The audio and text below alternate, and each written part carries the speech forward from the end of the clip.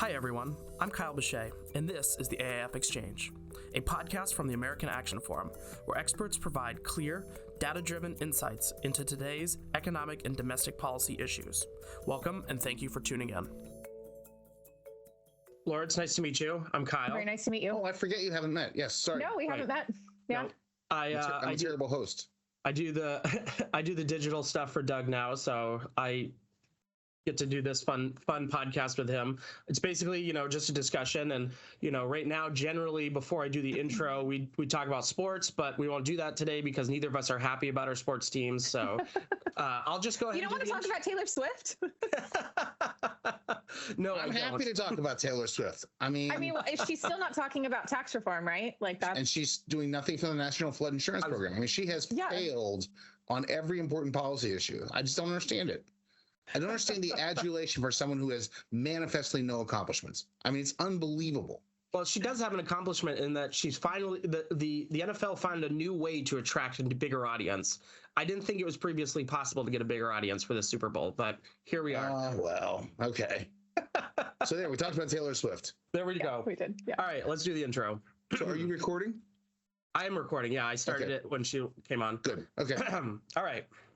On this episode of the AAF Exchange, a deep dive into the problems of and solutions to the U.S. immigration crisis. Joining us, as usual, is Douglas Holtz-Eakin, as well as a special guest, Laura Collins, who is a director of the Bush Institute-SMU Economic Growth Initiative at the George W. Bush Institute in Dallas, Texas. Thank you both for joining us. I'm delighted to be here, Kyle, but how come she gets a 5-minute title and I didn't get a title at all? Doug, You can take that up with my superiors. That's not something I decided. Doug, I think our audience is tired of hearing your title. They hear from you. They hear that every couple of weeks. So, Laura, thank you again for joining us. Thanks for having me. You have a particularly broad perspective on immigration challenges, both from your professional work with the Bush Institute there in Texas, and a local perspective on all this. And of course, immigration is one of the most urgent and contentious issues lawmakers face, both at the federal and state levels. We know that it's going to be a central point of the campaign season. The Senate appears close to releasing some sort of a draft reform, close being in air quotes. Close in political terms. Yeah. So certainly we want to talk about all this. But first, this debate carries a lot of charged opinions. So let's try to cut through some of that noise. Start by walking us through the basics of this debate first, and then let's talk about, what each side is arguing. Sure. So just to start, I really think that a level set of my perspective is important. And, at the Bush Institute, we really believe America benefits from immigration. And so, while we're nonpartisan, we have that perspective and we think that's important. We need an immigration system, however, that meets the needs of our 21st century economy and ensures the future prosperity and vitality and security of the nation. That's just not something we have right now. And part of the reason that this debate is always so contentious is that there's a lot of moving parts to this. We often think of it as just domestic policy, but it really is foreign policy as well. We rely so much on our neighbors and our allies in terms of things like deportation and security. So there's a lot of things that have to go into any agreement on this. And when you start to slice and dice who believes what and what's supportive, broadly speaking, you can put them in two camps. Generally pro-immigration, generally anti-immigration. And within each of those groups, you can go even deeper. So you have people who really believe the economics of the issue are important, like Doug, like myself. You have people who think that the humanitarian piece matters a lot more, that it really doesn't matter what your skills and education are if America's a refuge and we should be welcoming folks.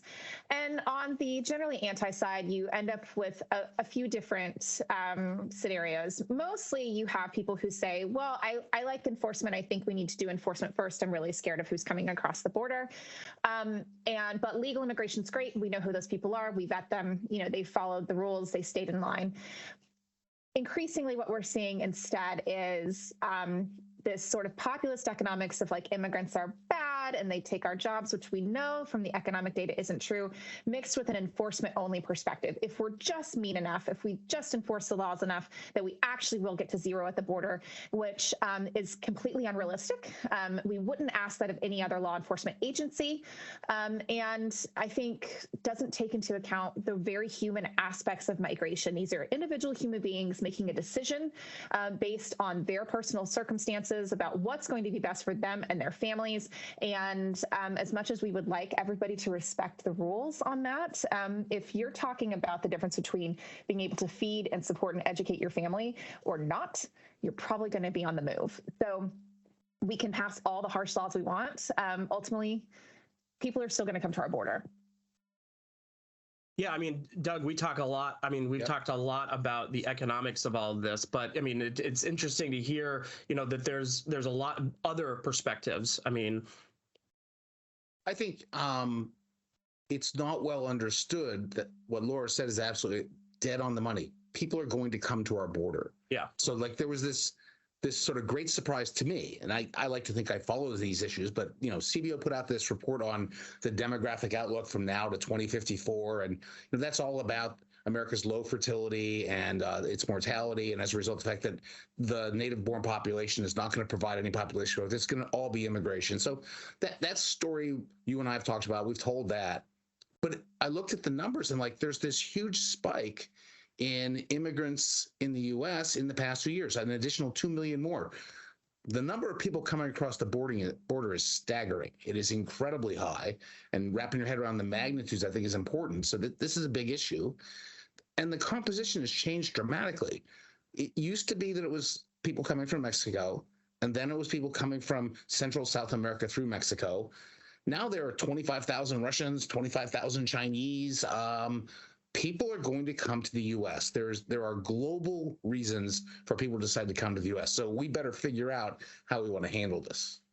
Yeah, okay, and I think a lot of those people, I'm sorry, but a lot of those people are coming to the border because they don't have another legal pathway, right? Right. And so part of this is also understanding the broader geopolitical issues here. If you are a Nicaragua, which we know has happened, you can say, hey, how do I cause some chaos here? And that for a while was, you didn't have to have a visa if you were from certain African countries to fly into Nicaragua. So of course, those people, if they have enough disposable income, they're going to find a way to do that. They're going to fly to Nicaragua, and then they're going to go on foot through Honduras and Guatemala and El Salvador to come through Mexico to try to get to the United States to request asylum. Because what other options do they have? Europe doesn't want to take them. Right. They have skills and abilities. There's a large youth population in Africa, right? And not a lot of opportunity. So if that's who you are and you find an opening, you're going to take it. And so that's just one example of the issues that we see when we look at the broader hemisphere as to how people are getting here. So again, Kyle, to turn into the economist on you, I'm sure this is not on the script, but I have felt for a long time that the following is true. I'm old, so we know that like in the late 90s when I was first starting in this part of the world, looking at immigration, the basic notion among economists was, look, Western countries have all the capital, and all of the population growth is going to be in Africa, Central Asia, former Soviet republics, Middle East. And so how does economics work? Well, the capital will flow to the labor. You combine labor and capital, you produce stuff, repeat. I mean, that's all economics is. And it didn't happen. For whatever reason, the capital never really went there. Bad contracts, corruption, go through the list.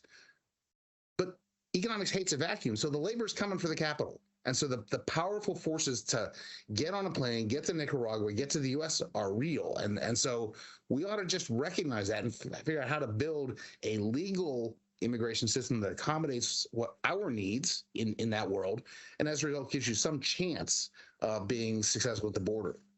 And in some ways, we were successful in getting that capital there, right? In that we've broadly eliminated most of the worst global poverty.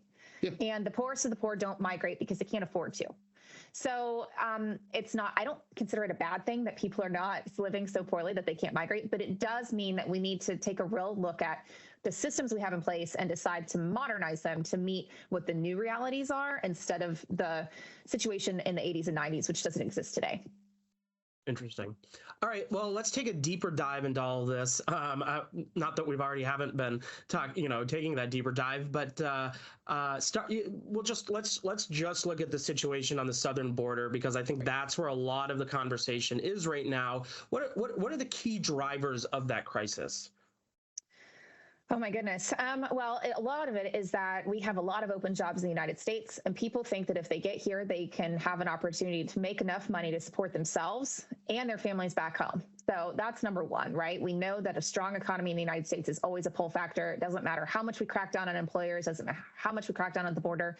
People are going to want to come here to work because they know that they're going to make so much more money than they would at home. So that's the biggest thing. And then you have a lot of, this isn't just a Western Hemisphere problem. We see global displacement all across the globe, really, really high levels. Some of it is about conflict. Obviously, there's lots of conflict zones right now, but a lot of it is also corruption and kleptocracy. We see this a lot in Latin America. You look at Venezuela, for example, and, in Venezuela, yeah, there's some political persecution. I don't want to underplay that at all, but a lot of the people who are leaving Venezuela just are tired of standing in line for hours trying to get basic groceries. They're tired of not having medical care. That's a country that's really done its level best to steal as much as it can from its citizens. So those people are going to be on the move because they're looking around going, I don't want to do this anymore. Like, my kids are suffering, my family's suffering. I'm going to go find a place. And we also saw in the last couple of years, large groups of Haitians coming to the border. A lot of those folks actually weren't in Haiti. They had been in South America. They left a decade before because the situation in Haiti is always volatile and always poor. And then what was working for them in South America no longer was working. The governments that were hosting them didn't want them anymore. So they started to go on the move. And because we have an asylum system, a lot of them, even if they're economic migrants, are coming to request asylum. It's their only legal pathway here. They also know that that system's so backlogged that it's going to take several years for their case to process. In the meantime, they're going to be able to work legally. After about 6 months, they get a work permit. And so they make a really rational decision. If I can make it here, and I'm probably going to get to stay for at least a few years and work, and then we'll see what happens. You also have social media in the mix. We've seen increasingly, it's not, because people are on the move, the human smuggling networks are very sophisticated, very entrepreneurial. Lots of businesses have sprung up to help funnel people to the border. And then they use social media really smartly, and that they pay people to go to Times Square if they get to New York and say, look at the money I've made. And some people are just doing that voluntarily because they want to brag, right? It's social media. Those things, I think, are big game changers. A lot of folks have smartphones. A lot of folks are on TikTok. They can see what's happening, and they don't know the reality of how hard it is to get here. Right. They're not seeing that you might be living 15 people to an apartment because you can't afford rent, but they see that there's an opportunity and they're going to take that. Right. Yeah, I never thought about that. The communication aspect of that, being able to see, TikTok, Instagram, social media, et cetera, just being able to see all of the good stuff and be like, oh, I want to be a part of that. Yeah, sorry, go ahead, Laura. Oh, I was going to say, there's actually influencers that are starting to walk the Darien Gap through Panama, which is the really dangerous part. Wow. And filming it and showing in some respects are showing the reality, right? That it's very dangerous, it's very hard. In other respects, they're going, hey, I made it through. You can make it through too. And so it's an extra dynamic that's really, really hard to fix or prevent or change. Again, for perspective, we had immigration waves under many presidents. We have one under Biden. Trump had one. Obama had one. George W. Bush had one. I mean, this is not a new phenomenon, but the scale is really exacerbated by the social media. The communication aspect is enormous. So what are the key components necessary to fix this solution there? To what extent do you think the Senate reform legislation that's sort of making its way through the process behind closed doors is likely to move that needle at all? Obviously it's hard to tell what's in the Senate package. It's been very much kept a lid on. We don't really know what's in it. I will say this, when I think about what works on border policy, it's about how do we funnel people to ports of entry? How do we find other places for people to resettle? And how do we get people into other legal pathways? Anything that's just simply going to be, well, we're going to tell more people no when they get to the border it's not going to work, right? So if you're talking about a system that funnels people to ports of entry and is able to process them quickly, that's really key too. If people are able to languish in the system for 6 or 7 years, there's no real incentive not to come to the border, right? Because you're probably going to get in, you're probably going to be able to stay. And then this other legal pathways piece is just really, really important. The United States needs labor. There are lots of people who've been waiting in long lines, some 10, 20 years. Our legal immigration system is just inadequate for the needs of today. And then you have to also consider that, some of this is things Congress should do, right? Like changing legal immigration to make it more expansive, more legal pathways. And they can do some stuff on the border too, in terms of changing what the asylum law says right now.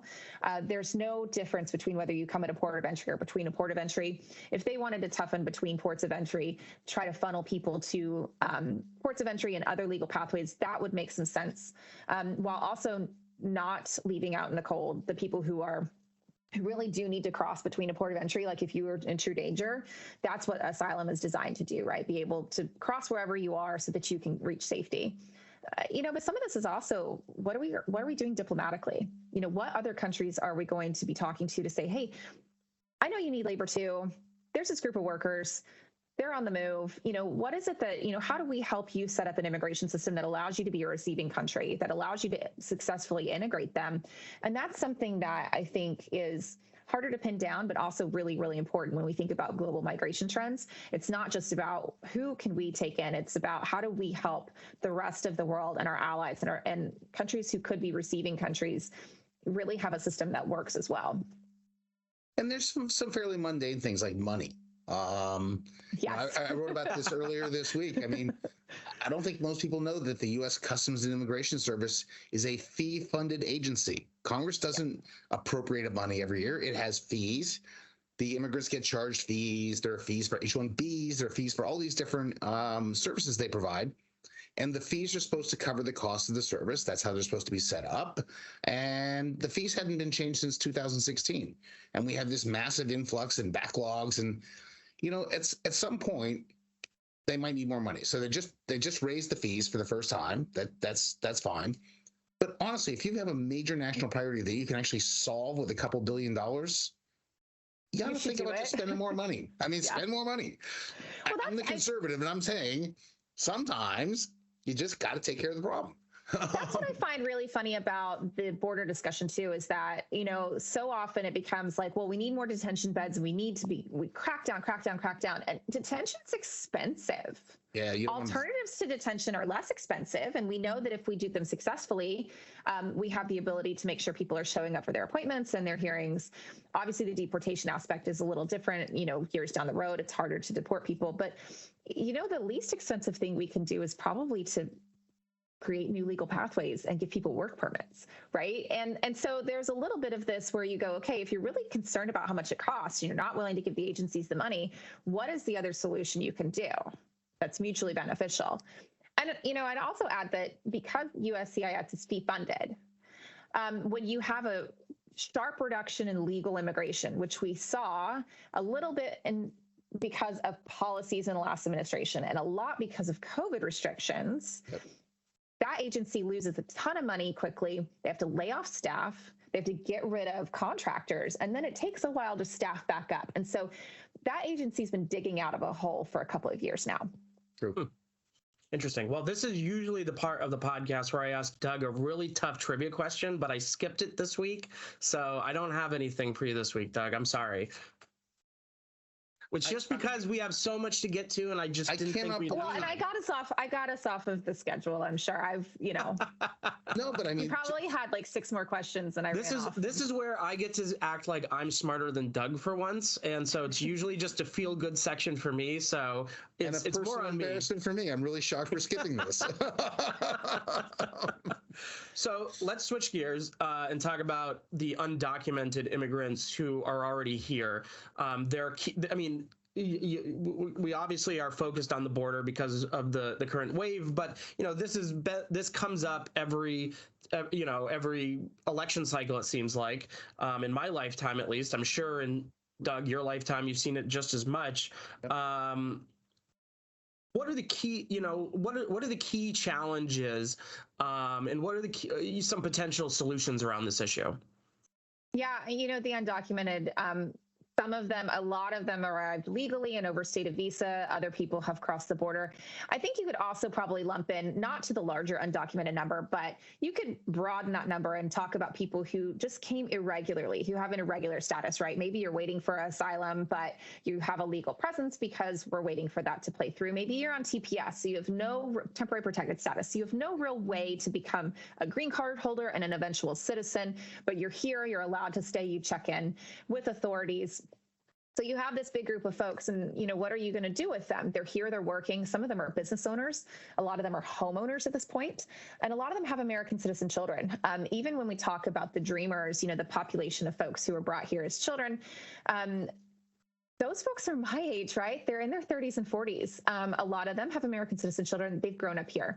And so the question always comes down to, on policy, is it realistic to try to deport these people, especially dreamers who don't really know anything but the United States? They're Americans. Their passports don't say that, but they are. Or do we find a way to help them regularize that status? And if you look at the policies and the legislation that have come out multiple times over the last decade plus, the steps tend to be pretty similar. Pay a fine and a fee because you've been here illegally, pay your back taxes, submit to an English test, submit to a background check, make sure that you've done all the things that we deem necessary to show that you respect the fact that you did not follow the rules here. Ultimately, we're talking about a large percentage of our workforce. It's like something like 11 million people and 6% of the workforce, right, Doug? I haven't looked at those numbers in a while. It'd be extremely expensive in terms of actual taxpayer dollars to detain and deport all of them. And that's before we have this other backlog in asylum, right? Last time that I really looked at this was 7 or 8 years ago. And that point, we didn't have this big asylum crisis. So we weren't talking about also running people through the court system that was overburdened in another way. So it'd be even more expensive and take more time today. And it's something like $1 trillion in GDP. Why would we shoot ourselves in the foot here? It makes more sense as a society to find a way to assimilate and integrate these folks, give them a regularized status. And yeah, if people are not following the laws here, and they're a criminal and they're a danger to our public safety, that's a separate question, right? That's an easy call. Those people don't need to be here. But most of these people are law-abiding. Most of them haven't done anything other than just try to support their families. So finding a way as a matter of policy to get them regularized in society, I think is a win. This becomes, one of these very common situations where you can sit down and figure out the policies. We can identify different categories. We can figure out the hoops through which we'd like everyone to jump and the paperwork they need to file, all that. It's the politics of this. And the politics boil down in many cases to simply, we're going to call anything short of deportation amnesty because we have forgiven you for past transgression, even if there's a penalty and a fine. So, if you get a speeding ticket and pay the fine and go on, that's amnesty by another name in this world. So, and that's really just the anti-immigrant sentiment that is there and is part of the debate, hiding behind amnesty. And it's been a powerful argument because they point back to one of the great presidents of the 20th century, Ronald Reagan, say, look, big mistake. Reagan did it.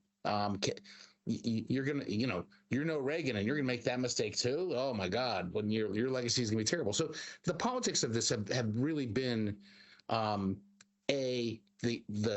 stopping point. It's not about the substance, and B, it's never been important enough to overcome those politics.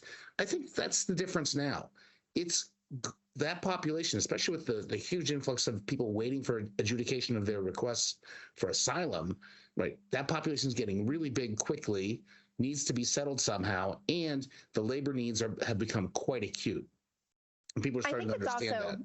Yeah, I think it's also really important, though, when we talk about that Reagan bill, the 1986 IRCA, everyone points back to that as like some big mistake. And like, look at how the undocumented population has grown. And this was a mistake because it made people want to come here because they knew if they just waited it out. And the data doesn't actually support that. No. And it doesn't. And where you really see the growth in the undocumented population is 1996 and beyond, because that is when we had the big border crackdown. We built miles and miles of wall. We took away benefits. We made it too expensive for the workers who were coming across the border and going back home, too dangerous and too expensive for them to do that. And so now we have this large undocumented population because why go home and risk not being able to come back and support your family? So you're going to stay here. You're going to find a way to bring them here eventually. And so it wasn't 1986. Like, that upsets people a lot, but the facts are not on their side here. They keep pointing to it. It feels good. It feels right, but they are really, really wrong. Which is another way of just emphasizing a point Laura made earlier, which is if we had a legal temporary workers program, that's bigger than the one right? Then you wouldn't have this illegal crossing problem in the same dimension. So the solution has to involve all the pieces. You got to take care of it. Yeah, I mean, one of the ones that always, the politics of this seem, that's where it's driving all the the impediment to solution here. And another category, which Laura, you mentioned, was the Dreamers. They're, of course, involved in all this. I mean, most of them have been here since they were, even before they could walk and talk. So how did and this really under the DACA program, which came in under Obama. So how did those recipients fit into this conversation? Oh, well, I feel like it's kind of sad right now in that, before, I used to always tell folks that, for 20 years plus, we've had bipartisan legislation that has never been able to get it past Congress, but most presidents would have signed it. I don't actually see a big push on Dreamers legislatively right now. It's really sad. Broadly, there is broad public support to doing something for them. We've had kind of a newer political movement around what's the documented Dreamers, which is a newer problem because we have kids who came here legally. They're still on their parents' visas. They're either stuck in a green card backlog or their parents are on a visa that can renew in perpetuity, but does not allow them to convert to a green card. So those folks age out of the system and they have to then go home back to their country of origin. So we've got a big group of folks, broad public sympathy, broad public support for fixing the issues that they're victims of a broken immigration system. And they really have gotten lost in the debate in the last few years. There's just not a lot of momentum. It's a little ridiculous. It's a fairly small number of people. They are obviously, as you said, most of them have been here since before they could walk and talk, and they're culturally American. I mean, we don't even have to do any of the work to integrate or assimilate them, right? That's already happened. We've educated them. They've paid tuition at our public universities, and there's not been a lot of political will to do anything for them. So I think, Kyle, in the bigger picture, the politics, have cut it in two ways that we've seen before. Number one, if there's bipartisan support for something, it becomes a hostage. And the Dreamers, everyone held them hostage to the additional thing they wanted to get done. And so the Dreamers never got done. And that's a real shame, period. It's not deeper than that. And right now we are sadly, I think, in one of these moments where people are more interested in having immigration as an issue, the border's an issue, than getting a solution and getting rid of the issue, because we're heading into the election. They want to have some finger pointing, your fault. That is very typical in American politics, but it's not going to generate any long-run solution on some very important fronts, humanitarian, economic, and other. I will say, though, for the senators working on this, I believe they are sincerely trying to find a solution. No question. I think that given the volatility of this topic in a presidential election year, like, for them to decide to put their careers on the line for this is, I think, we should 100% support that, even if I'm a little worried about what's going to come out and how much of it I'm going to support as a matter of policy. We'll see what the plan looks like. But, I do think that that is so valuable that they're willing to work on something so difficult when everyone around them is saying it's never going to pass. We don't want it anyway. And I want all or nothing. I only want my solution and nothing else, and no compromise. And so those senators are doing really, really good work. We'll see what the final product looks like, but we should all support more of that type of activity. It's the my bill is great, so but your bill doesn't do anything my bill does, so we can't agree to bring them together. The classic politics around this. On immigration, sometimes the bills match 90%, but it's that 10% where they don't want to do it. And we see that a lot. I mean, even within caucuses, folks won't support a bill that their fellow senator has on the same side of the aisle because it's not exactly how they wanted it written. And it's really, really sad. Yes. It's all sunshine and rainbows when we talk about immigration. It's so positive. Yeah. So anyways, on that note, I think it's clear to everybody in this conversation, at least, that our immigration system is in desperate need of an overhaul. Laura, you've written extensively about this. Doug, several years ago, you proposed moving from the family reunification to a merit-based point system. It was that whole Concord thing you and I believe Jackie Veras at the time did. To each of you, what should be the primary focus and goals of a successful immigration reform? I'll go first and go quickly. You got to check all the boxes. You got to check border security. You got to check dealing with those here illegally already, and you have to reorient the visa system toward meeting the needs of the nation. And I believe deeply it should have more economic content, not exclusively. I mean, our history of sheltering refugees and those seeking asylum is a rich and glorious one. It's an important part of who we are, but we also are a nation that needs a more rapidly growing labor force that has the skills for the 21st century. This is a piece to that puzzle. So that's why I went toward looking for those skills in the merit-based system. That's not unique. There are lots of proposals out there. I could probably support any of a dozen of them. Let's just get to the point where we're trying to take a vote. That's my hope. Yeah, I think you're right about the economic part of it, right? We do need to have a system that really meets our labor force needs. We've had so much family-based immigration. It's very backlogged. It separates families. It doesn't give people who have other skills the opportunity to join here. And we know those folks do come in and work. So it's not really a problem of them not having skills and abilities here. It's a matter of there's a big mismatch. We've got a lot of open jobs in certain industries, and the immigrants we bring in don't always match that.